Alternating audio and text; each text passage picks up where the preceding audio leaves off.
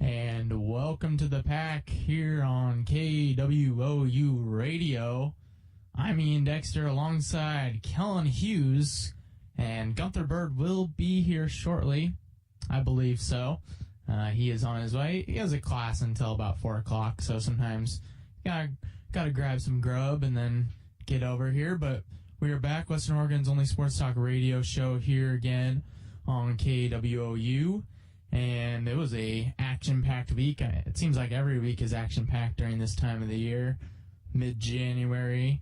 And so we're going to get started, as usual, with some Western Oregon University athletics. And this past weekend, it was predominantly basketball, men's and women's basketball. And speak of the devil, Gunther Bird is here. Not that you're the devil, Gunther, but... Anyway, so the both teams played on Thursday and Saturday here at home, so the three of us actually all got a chance to see them play at least one of the nights, either Thursday or Saturday. And let's start with the men's team. They had quite the weekend. Kellen and I were lucky enough to do the broadcast on Thursday against Northwest Nazarene University, and it was a story of Silky Smooth in that one, Andy Avgi. Silky Smooth was the name given to him by Kellen on the live broadcast. Trademark. You have to say that again. The mic apparently was off. Trademarked. All right, there we go. Yeah, so that is officially Andy's name and only can be used by Kellen or I on a Woo TV broadcast now officially. Gunther. Or Gunther, yeah, one of the pack members only. So anyways... Andy Avgi, yeah, he had quite a game. He's been the team's top player this season, although they have a lot of players. Avgi finished in the first game with 18 points, and then we'll talk about his game in the second one, but he had the team high on the other side. So Northwest Nazarene only had a 4-9 record coming into it, and they ended up losing 66-59, but they gave a really good game. Do you remember Eric Kinney in that one? The guy who was just taking the alley-oops and dunking them? That was insane. That guy was ridiculous, and he had a game-high 21 points in that one. So, he had, I think, like 4 or 5 dunks, and like a few of them were just amazing alley-oops that were just and they just got better and better. Yeah, it was like every single one. I was like, oh my God, and then the next one was better, yeah. But it wasn't enough, as the Wolves were just too good defensively, really shut down most of their other players. Kinney was the big bright spot for that team. And Andy Avgi had that huge play at the end where he had the putback off of the Wiley 3-point miss, where he caught it on the other side of the hoop and just put it right in, right at the shot clock buzzer too, which was just made an even better play. So Wolves won that one. Then they had another game on Saturday, and that was against Central Washington University, who was a better opponent record-wise. They came into the game 7-4, and the Wolves won that one 78-74. And again, it was Andy Avgi finishing strong with 23 points and 4 rebounds, but the 23 points was the big number and easily led the team and all players in the game. Just a fantastic game by him overall, and that got him recognition as the Co-GNAC Player of the Week, averaging his 22.5 points in those 2 games, 72.7 shooting. And so Andy Avgi getting recognition for his awesome 2 games that we were fortunate enough to see. And so now the men's team up their record at 13-3, 5-1 in the conference, is still one of the top teams right now in the conference, and then also the region. And then they'll play their next game on Saturday, so they don't play any games this Thursday. They'll be back Saturday night here in Monmouth at 7 p.m. It'll be a Woo TV broadcast. I know I'll be there, and I'm discussing with these 2 guys if either of them wants to do it, so we'll send word out on Facebook. Saturday at 7 p.m. You got. I figured Gunther was gonna have to work for it, so looks like it'll be Kellen, right? Yeah. We'll give you guys a win. Well, if you actually watched last broadcast, we did a little commentary on your. Yeah. Sweeping. Yeah. So Gunther works the floors. He for the players, they sweat. They need a nice dry floor, so he comes in with the mop. The guys are just like they just jumped out of a pool. Yeah. Slide on the ground, and it's just a big puddle. So it was actually like this really awkward minute pause of the game where it's just Gunther just wiping as hard as he can on the floor. It's just like, I mentioned your name at the beginning, and I just really didn't think it was going to be that long, and I was like, oh no. Yeah, it was a good 10 feet. Yeah, it was just, yeah. So that was fun. So Gunther will get a chance to do that again. Maybe a little redemption here. Well, I do get the best seats though. So oh yeah.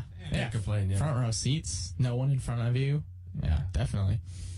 So Wolves will look to make it 4 games in a row and keep their home winning streak going to I don't even know the exact number, but quite a few games that they've had in a row since they've lost at home. And now onto the women's side.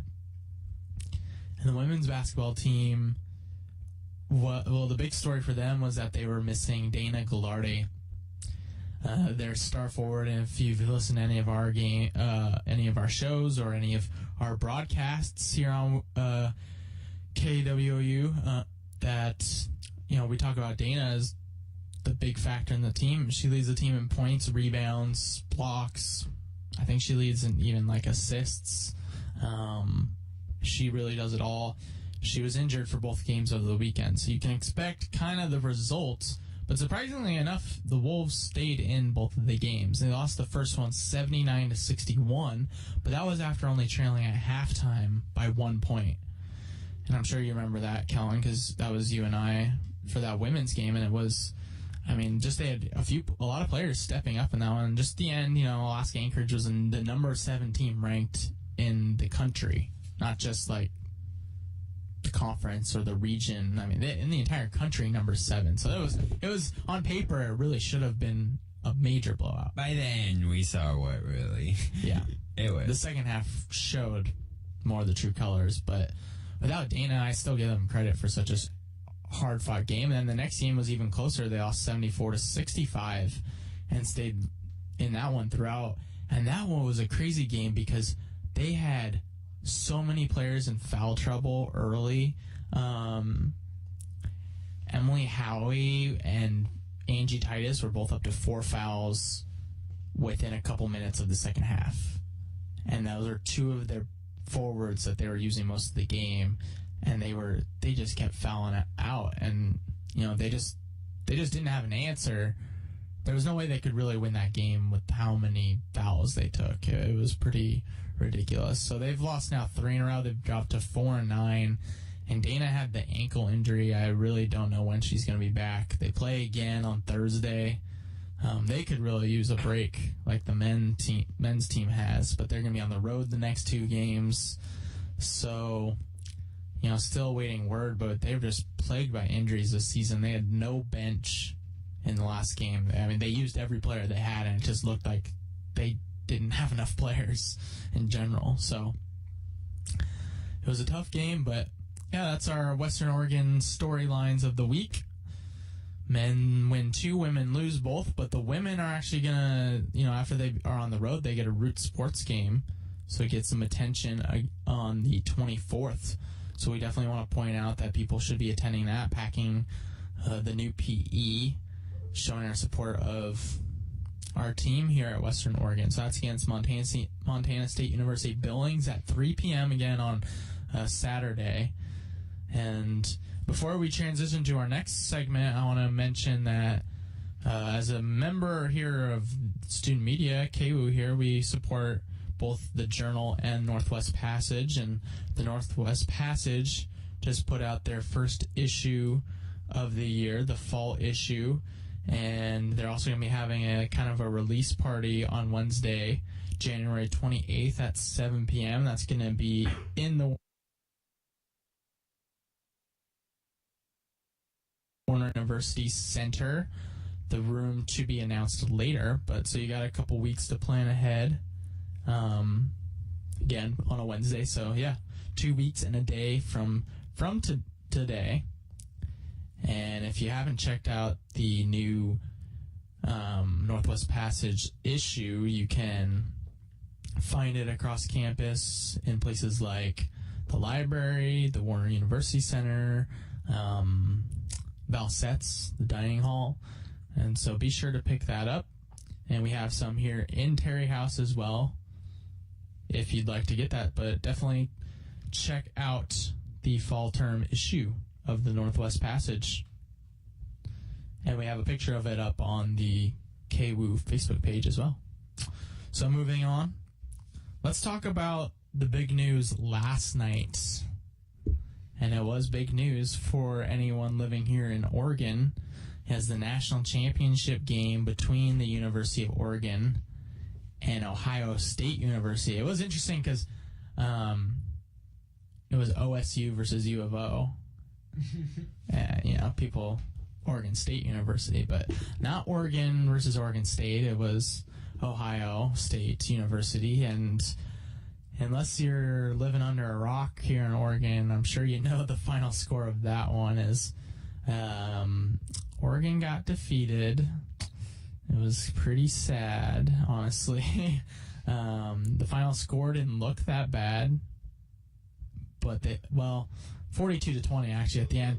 It looked bad at the very end. They gave up a late second touchdown at the end to just totally seal it. But yeah, 42-20. I think the score could have been worse. I don't know what you guys thought, but the way that Oregon played was really bad, and the only reason they were still in the game was because Ohio State turned the ball over 4 times, which I should mention that 4 turnovers were not really forced by Oregon.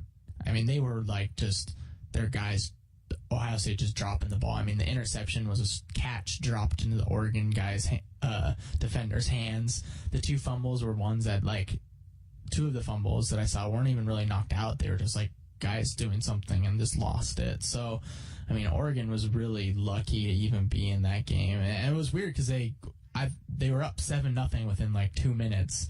I look at the score. I hadn't even started watching. I'm like, oh wow, this is looking bad for Ohio State. And then Oregon could not beat a physical team. And I've always said that Oregon will not beat a physical team because they don't know how to be physical. And you at some point are gonna face a team that is going to be physical, and you have to be able to win those games to win championships.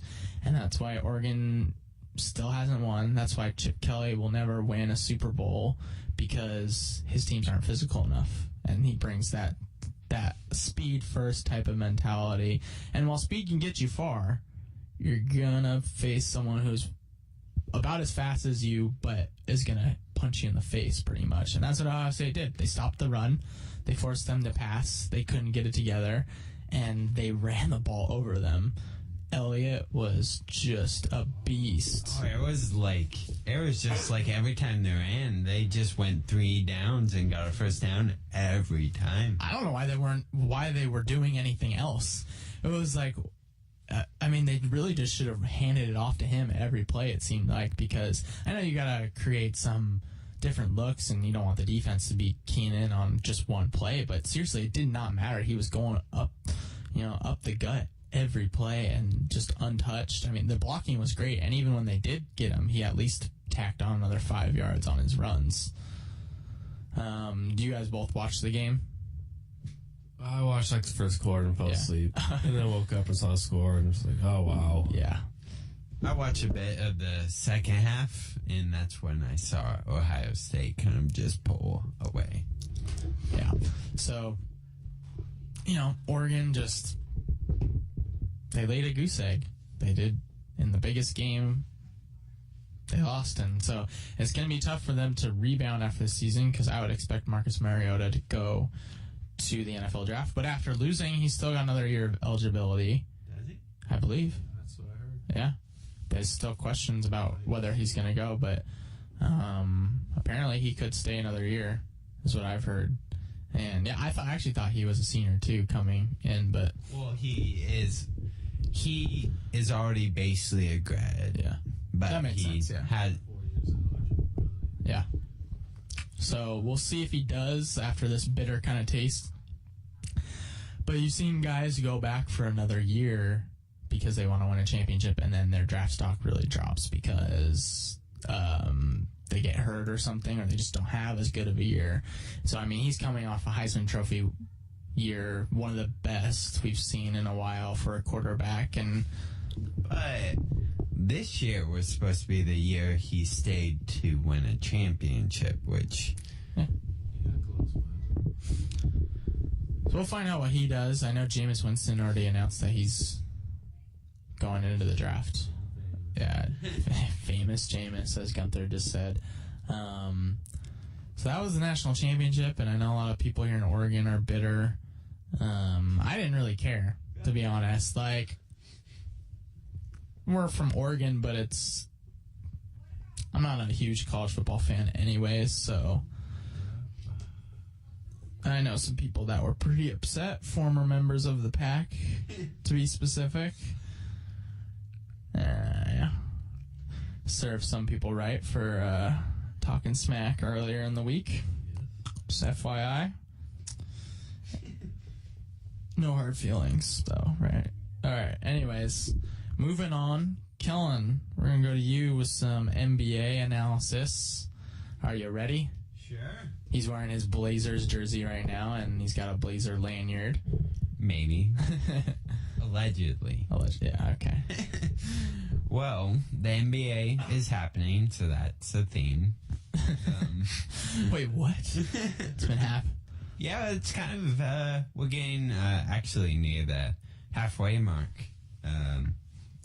So it's kind of looking the conferences, the Western Conference is pretty much set. We know who's going to be in the playoffs. It's just a matter of, like, seeding. Placing. Yeah, and it's basically, it's 1 through 7. Those 7 are contenders. And the rest, and the 8th seed is kind of, but if OKC, which isn't in there at the moment, sneaks into the playoffs, then it would be 8 teams of Right, because they could still be dangerous, of course. Yeah. And they're still dealing with injuries, aren't they? Yeah, and Portland itself is dealing with injuries, which they've gotten pretty lucky. They've played like no one. With the injuries. Yeah, I mean, they're 30-8 right now. 4-game winning streak. Second in the West, only behind Golden State. And technically, they're only 1 game back of Golden State, but Golden State's only got 5 losses on the year. So, I mean, they're pretty legit.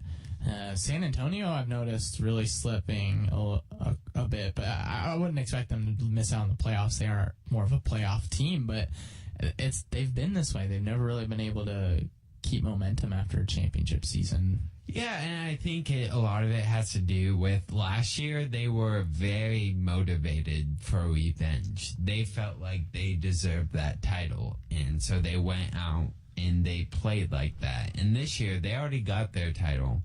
And so you can see just the dip in play. It's kind of the dip in play we expected out of them, but finally coming to fruition. Yeah, on the other side, right now, who would you say is the top team in the East? Oh, Atlanta by far. Yeah, so I mean, we've had a show in a while, and Atlanta seems like they've come out of nowhere. Yeah, well, Comparatively to, I mean, like, where everyone was talking about Toronto all year, of course, Cleveland, but Atlanta wasn't really as talked about. Oh, and Memphis. Memphis is in the West, but I remember, they're not talked about as much either. Yep. Well, Atlanta is a case of not being talked about because they're in a very weird market. So they weren't really talked about, and so their success is very surprising. It's not surprising because I expected the Hawks to be a decent team. It's just how successful they've been has been surprising.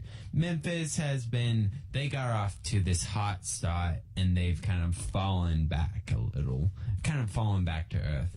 And it's kind of what I expect for Golden State. Okay. What are the injuries the Blazers are dealing with at the moment? Well, they currently are out. They currently don't have Robin Lopez, their starting center, and the person they put in who was actually doing a decent job Is he hurt too? was Joel Freeland, but he got injured again. Yeah. And so now it's kind of, you're getting a little iffy on who you're putting in there. All right. Well, thank you, Kellen. All right, we're going to move on to the NHL just shortly because we've got a whole lot of stuff to talk about regarding the NFL games and other things that have gone on since. In the NHL, we haven't been able to talk about them in a while, considering this is just our second show of the term. I do want to point out for our Anaheim Duck fans, there was a nice celebration for Teemu Selanne, who retired just this past year and is one of the greatest players of all time. I only remember him as a Duck since I've really started watching hockey. He's played for a long time, and such a great career, and such a like a standout player. And so he had a big celebration. They had a celebration for him in Anaheim just this past week. Speaking of the Ducks, 60 points in the NHL is tied for the lead, along with a surprising team, the Nashville Predators. And the Predators are a really interesting team because they went out this season. Well, last year they had a bad year. They were, they weren't able to score goals like usual, but they weren't able to stop goals last season, which was surprising with how great their defense is, how great their goaltending has been in the past years. But last year they had Pekka Rinne, who missed at least 3/4 of the year, their starting goaltender. He came back healthy this season. In the off season, they went out and they really brought in some offensive players. Mostly the big name was James Neal, but they've had a new coach this season. Their old coach was so defensive minded, so now they've come out and they're a powerhouse scoring, but they've kept the defensive mindset at the same time. So they're first in the NHL right now in points, tied with the Ducks, but have 2 less games played, so technically they're the top team in the NHL. They have a plus 32 goal differential on the season. The only other team with a higher goal differential is the Blackhawks, who are right behind them in the West. And I don't like the Blackhawks. The Blackhawks look scary considering how many goals they've given up. They're usually a team that's just going to blow you out with goals scored. They're still doing that. They have 134 goals scored on the season, which is the most in the West. But they've only allowed 95, which is second least only to the Predators. So suddenly they're playing defense. So right now those two teams look really scary. Like the Ducks, they might have the most points, and yeah, winning games is important, but they're plus 3 in the goal differential. Only plus 3, which is it's weird to see how much they're winning by or losing by right now. Most of their games are close. Some surprising teams. I like to talk about the West. I'm more of a West fan, kind of like Kellen for the NBA. The Canucks are doing well. They're still sticking with it, Kellen. Third right now in the Pacific Division with 49 points. The Flames are staying there. Bye, Meg. Student media advisor, Meg Artman. She just said go Bucks. So, anyways, the Flames are a team that's still in it with 47 points right now, 5th in the Pacific, but a division that's pretty tight right now. Only 2 points back of the Canucks and the Sharks at the moment. And so they're a surprise team. The Avalanche are trying to claw their way back into it. They're now up to 5th place in the Central. They've been in last for most of the season. They're 6 points behind the Jets for 4th. That would put them into a playoff position. So they're nowhere out of it yet with how bad they've played. They're pretty. I mean, that's pretty good where they are at this moment. And we know how talented they can be. Last season they really showed that. The Minnesota Wild are a weird team because they're at 41 points, last place in the Central, and such a good team last year as well, and they just cannot figure things out. Mike Yeo, I don't know if you guys watched any of like ESPN, but Mike Yeo, their head coach, his rant was shown on ESPN. I mean, it's got to be a pretty good rant. It was during practice, and I mean, he just cussed them out pretty much, but they showed that because he was so pissed with how they were doing. So they've lost 3 in a row now, and that was since the big rant. So they've actually played better in their games. They're just kind of getting unlucky, is what I've seen. Can you guys guess who the worst placed team is in the NHL? The Buffalo Sabres. No, surprisingly not. Sabres actually got on a roll for a little while. Now they're back to a 7-game losing streak. So you would think they'd be in last after a 7-game losing streak, but they were on a roll. This shows how bad the other team is. I'm just gonna guess. I think I know. Winnipeg? No, Winnipeg is right there. They're in 4th place in the Central. I think in default we go with the Oilers. Gotta always default choice, Edmonton Oilers. Every year, people are like, all right, they're going to be better this year. Nope. They're still last place and looking like the tank is on. Even looking at the power rankings, It says, hey, the Oilers won a game. Yeah. The Oilers are on. The tank is on for Connor McDavid for the Oilers now. Officially, I would say. We are halfway through the season. Almost every team has played 41 games, so only a couple at 40 even. So officially, yeah, they got half a season to go to get the a once-in-a-generation player like Connor McDavid.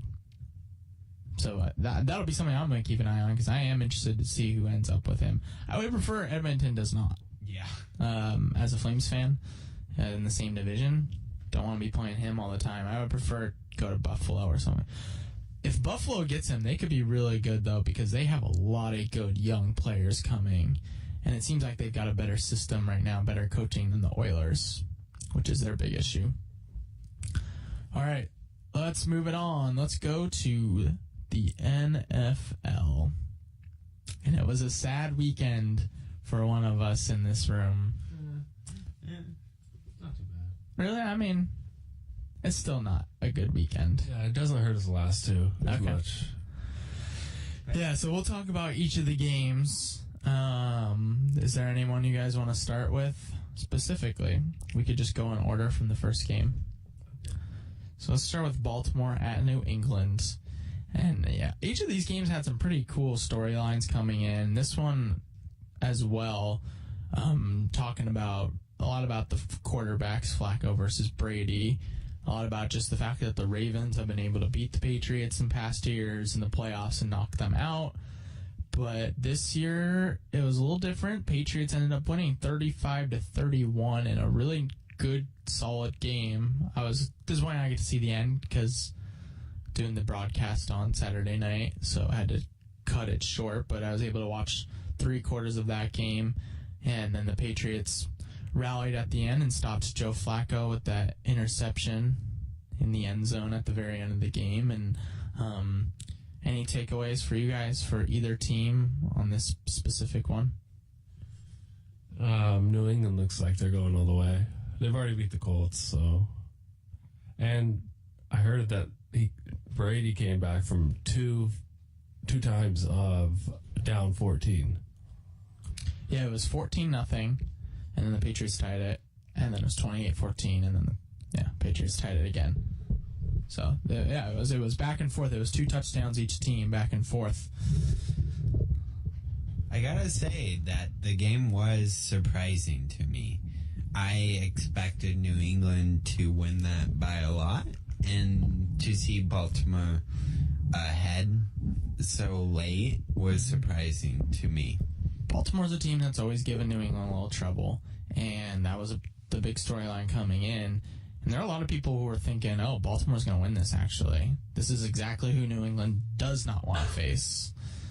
And it was exactly who teams like the Colts and the Broncos wanted New England to face. They were like, yeah, have Baltimore win and we get a home game. So, fortunately for them, New England ended up pulling it out. And Tom Brady, I mean, gotta give him credit. He did a great job at the end to win the game. Flacco had a good game. His first half was pretty ridiculous, actually. Although I'm not a huge Flacco fan. I think he played a good first half, and then he still gets away with some bad passes, though. And there were a few that were just like, how does that not get intercepted? Or, he gets in pass interference calls. I'm kind of glad to hear the Joe Flacco talk go away now. Yeah. Again, because I really don't think he belongs in the discussion of best quarterbacks right now. Every time they get to the playoffs, Yeah. that's the conversation that always happens.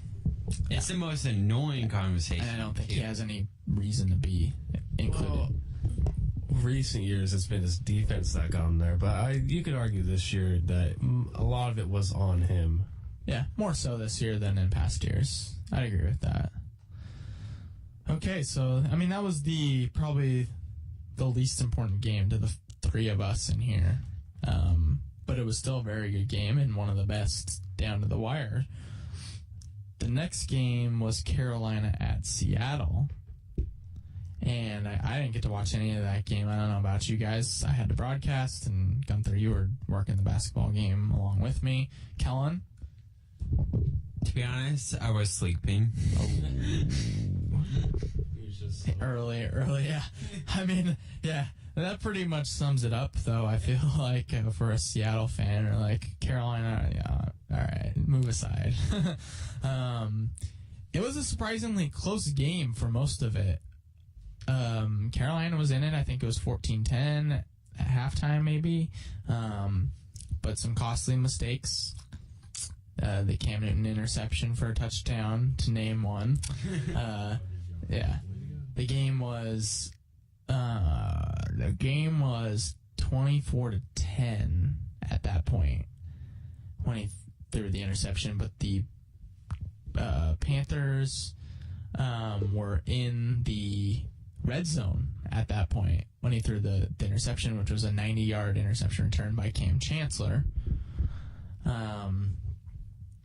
So potentially, I mean, there was about 6 minutes left. The Panthers had a chance to tie it there. They could have, or not tie it, but bring it to within one score. It was potentially 24-17 right there, and the way the Panthers defense had played was actually pretty good. They'd only given up a couple big plays to the Seahawks. Their defense played rather well, I think. It was more Cam Newton giving up those couple interceptions, and so it ended up 31-17. And I actually just got a comment here from Russell Rolog. He likes to comment on our show. Thank you for always commenting. He said that Carolina proves that Seattle is beatable. What do you guys think about that? Did this game prove that Seattle is beatable, even though they weren't beat?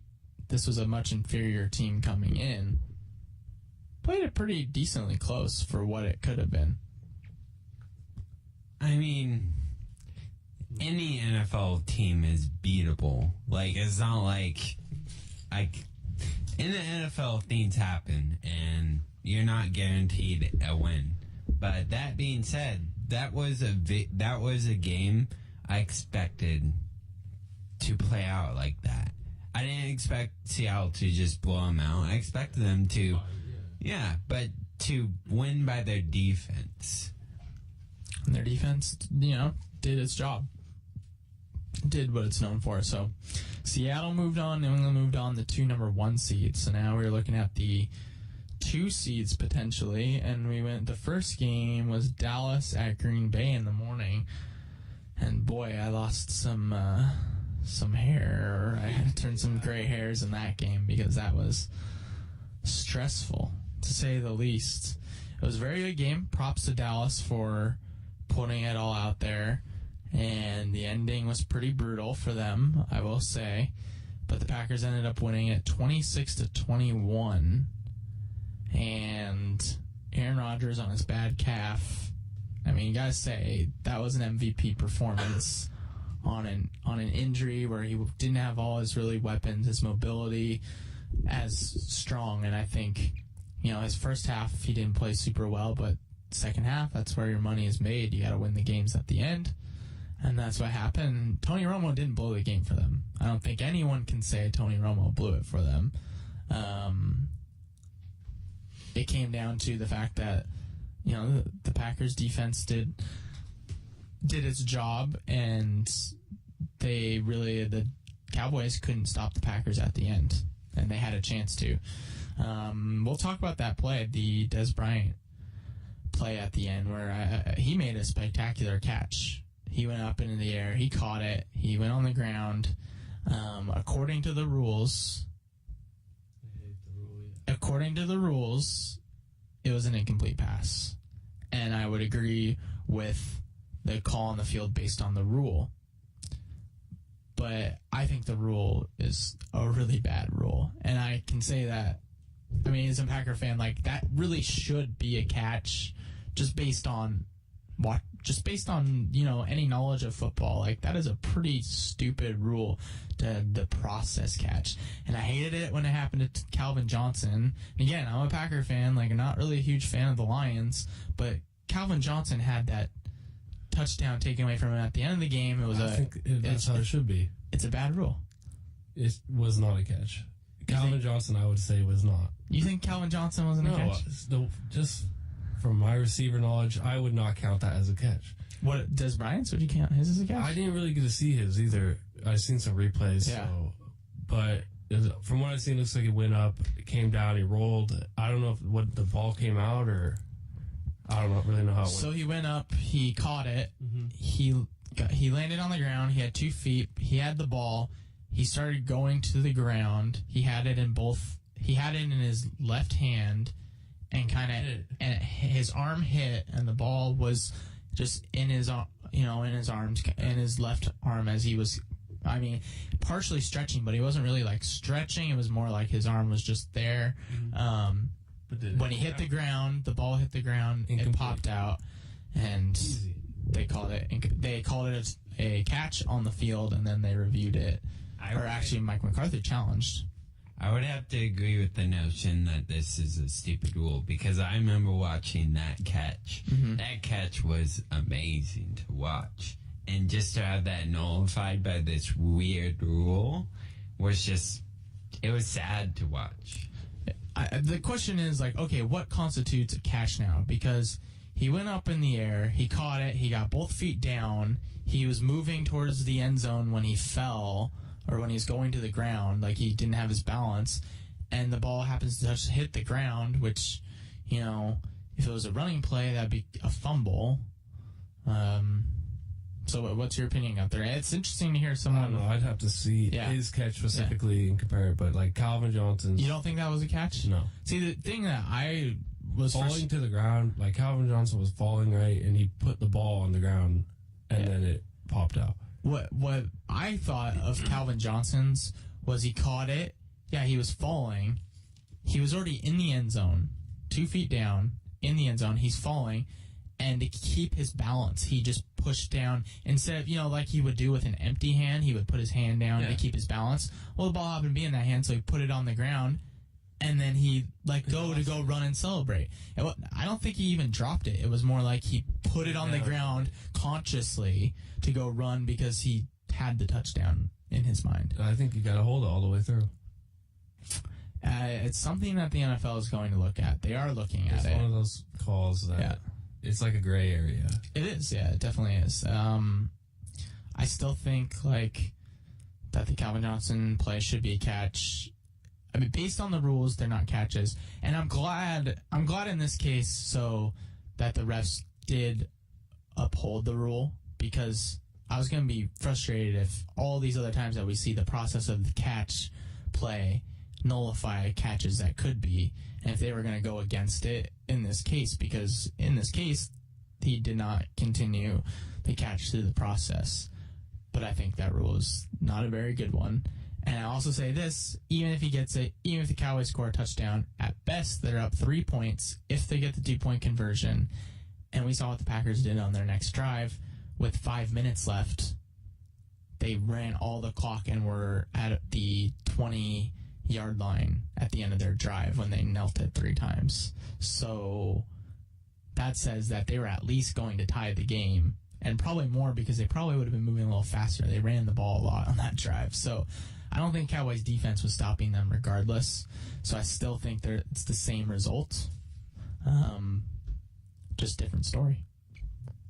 And I don't like that, when games are clouded. Yeah, they're clouded because of one play, because of referees.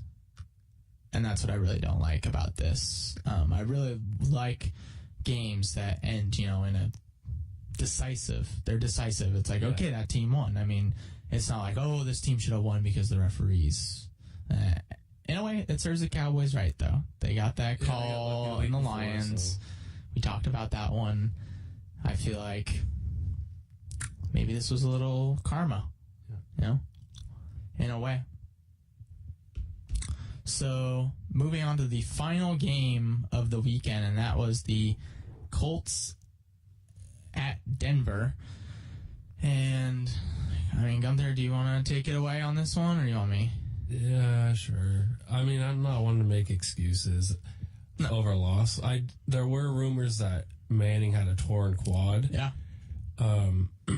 But still, just watching the offense play was just horrendous. They could get nothing. 3 and out. Just punts all game long. No field position. And eventually, with a team like the Colts, they're just going to drive down and put points up. I figured it would be a shootout, but there was no rhythm on offense for Denver, so it was a sad day, but at least I don't have to play in New England now. It felt really... It just felt kind of depressing in a way. It wasn't like... Yeah, if I were a Denver fan, I wouldn't, be angry. I would just be like, what happened? Sorry way for the season to end. Mm-hmm. And I think we can all accept now. We've seen it for a while. This is close to the end of the Peyton Manning era. Mm-hmm. He's just getting old. He doesn't have the strength. Yeah. You can keep up for a while with the smarts of the game, timing routes and all that, but eventually you're just not going to be able to keep up with just the game speed. Yeah, we'll talk about Peyton Manning in a second. It doesn't seem like Denver had energy on either side of the ball, really. Do you think they were missing an emotional leader on the team? Because a lot of teams have the guy who just gets up and he rallies the team, even if they look rah and everything, like Des Bryant or someone on the Cowboys. You see it in Tom Brady a lot when he scores. You see him get really hyped. He'll go crazy with Gronk and all that. Yeah, and I kind of wish you'd see that in Peyton Manning. You can tell he's the leader, but he's not the hype man. Yeah, and then he never has been. You're right. Defensively, you might have a few, but you look at your linebackers, and we were just depleted. Yeah. So, I think just the motivational aspect, they were just, it wasn't there. Yeah. They weren't that pumped up, it seems like. In a playoff game at home, the crowd was there and everything, but... The crowd was booing them by the end. I can see why, because when you were watching the offense, it was streak. Yeah. 3 streaks in a row, 3 fades down and it was just incomplete. That's pretty easy for the Colts to key on. Oh, yeah. Just don't give that up. Mm-hmm. Yeah. So that was a really tough way for the Broncos season to end. And speaking of Peyton Manning, well, we just learned yesterday John Fox no longer the coach for the Broncos. That was surprising. Questions of Peyton Manning, is he going to be staying, have surfaced. What do you guys think on that? Do you think, is this the end of Peyton Manning, or are we going to see at least another year or 2 out of him? I think it's up in the air right now. At first it was, he'll come back and play another year, but he kind of got beat up this year. Mm-hmm. And you could tell, compared to last season's offense, it was nowhere close, especially towards the end of the season, not as explosive. And we do have a young backup who's, been sitting behind him for a while. Yeah. So right now, I can't say if he's going to come back or not. It's going to take some time. Go for it, Kellen? Yeah. Well, I think if Peyton Manning is smart enough, he should get out now. Don't be a Brett Favre. The time's over. You're not getting any better. You're not going to win another playoff game. Like, it's over. Let's move on in your life.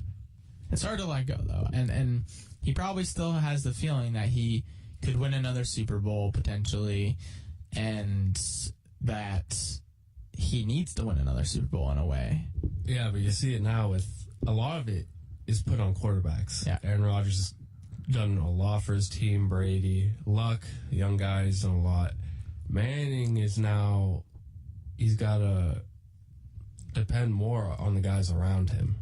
Mm-hmm. And when that doesn't work, then you start losing games, and we saw it happen. Yeah. It does show how much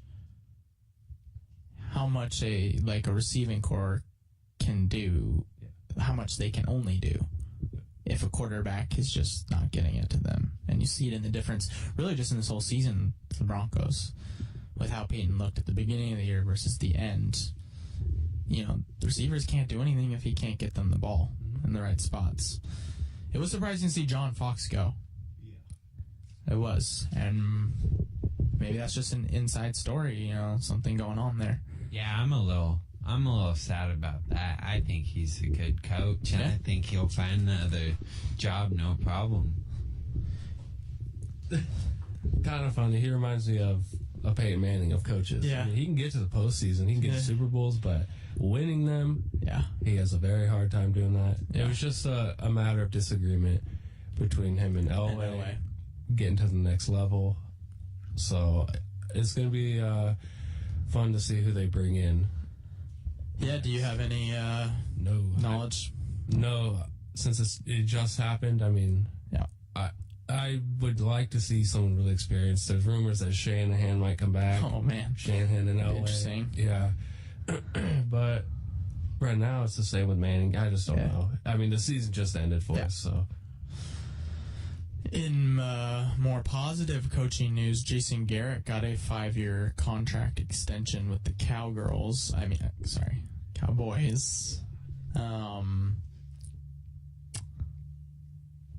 Is that a good move by the Cowboys? It's a meh.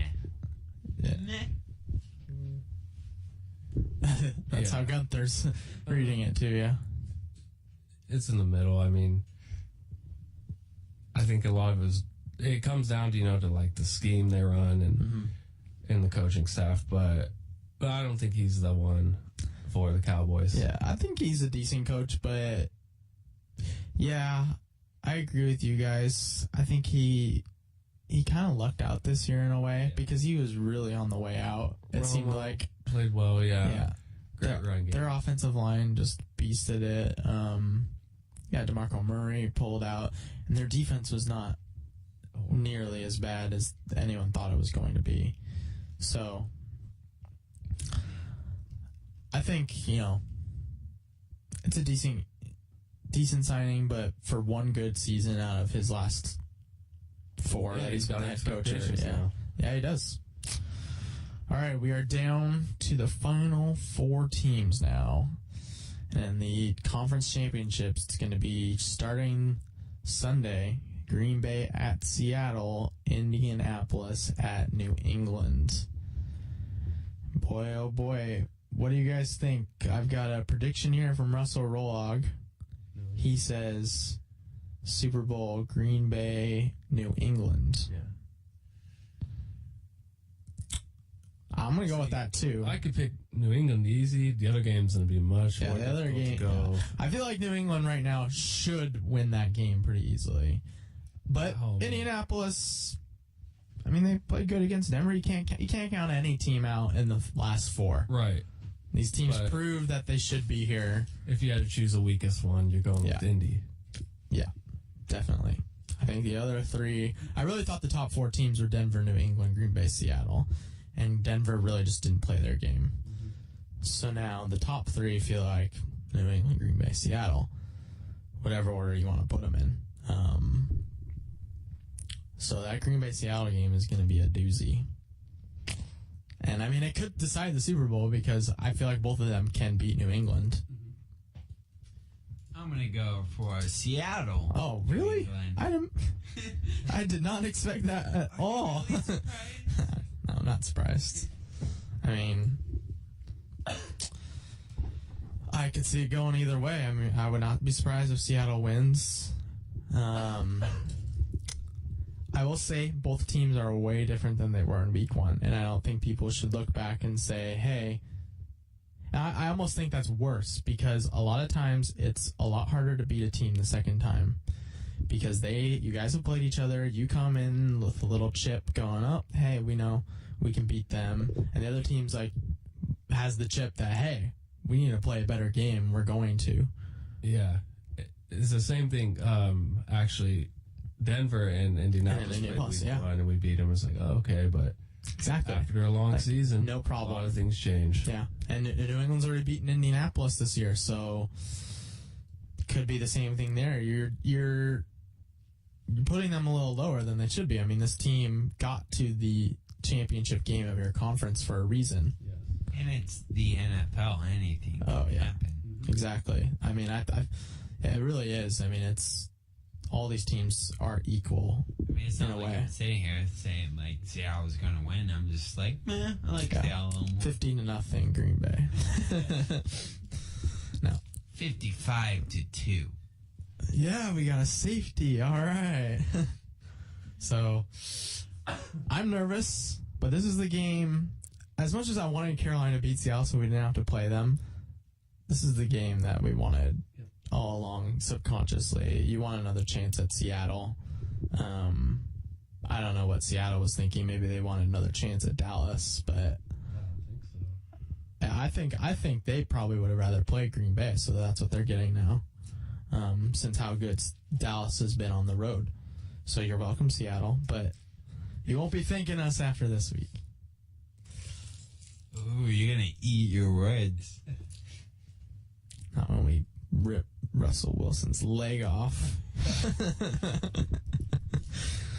I think that the teams match up really interesting, especially since the beginning of the season. Looking at, the Seahawks have been easily the most dominant defense in the last 8 weeks.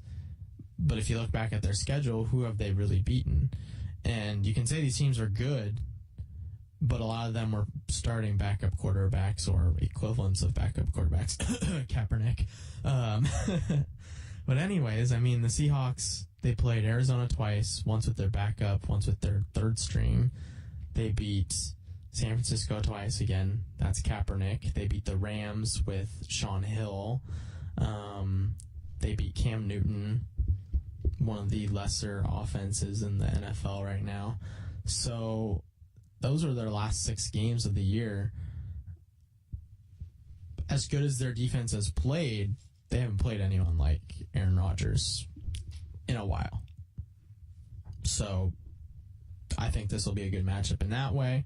Both teams have had injuries or cohesiveness redefined. The Seahawks destroyed the Packers defense using Percy Harvin. They did a lot of those jet sweeps in that first game that I remember and just killed us. And Harvin was a major factor in that game for them. No Percy Harvin anymore, so there's not the fly sweep really danger. Yeah, but that could also be danger for Green Bay because now they expect that. Right. And exactly. So, the teams are different.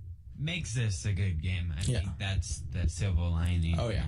It's going to be a great game. And I really like looking at Eddie Lacy versus Marshawn Lynch. They both got the dreads going. They already look kind of similar, but then they're both similar style running backs. They bruise you, but they're actually pretty quick if you get them in open field. Yeah. And they're both decent blockers, so they really they're all-around backs.